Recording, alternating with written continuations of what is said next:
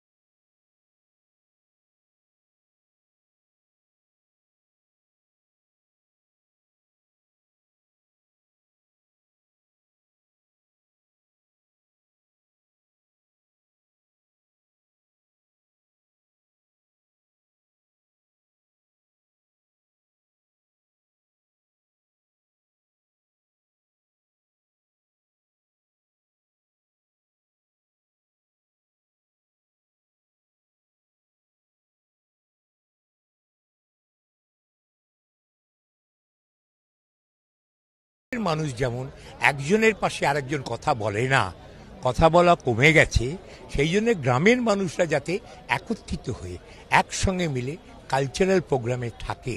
তাই একচালা রবীন্দ্রনাথ ঠাকুরের একচালার মধ্যে, নট কংক্রিট, একচালার মধ্যে কনসেপ্ট প্ল্যান মুখ্যমন্ত্রীকে জমা দিয়েছে।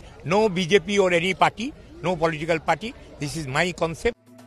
লোকসভা ভোটে দুর্গে ফাটল ধরার পর আটচালা করে ড্যামেজ কন্ট্রোলে তৃণমূলের এই চেষ্টা সাফল্যের মুখ দেখবে না, দাবি বিজেপির।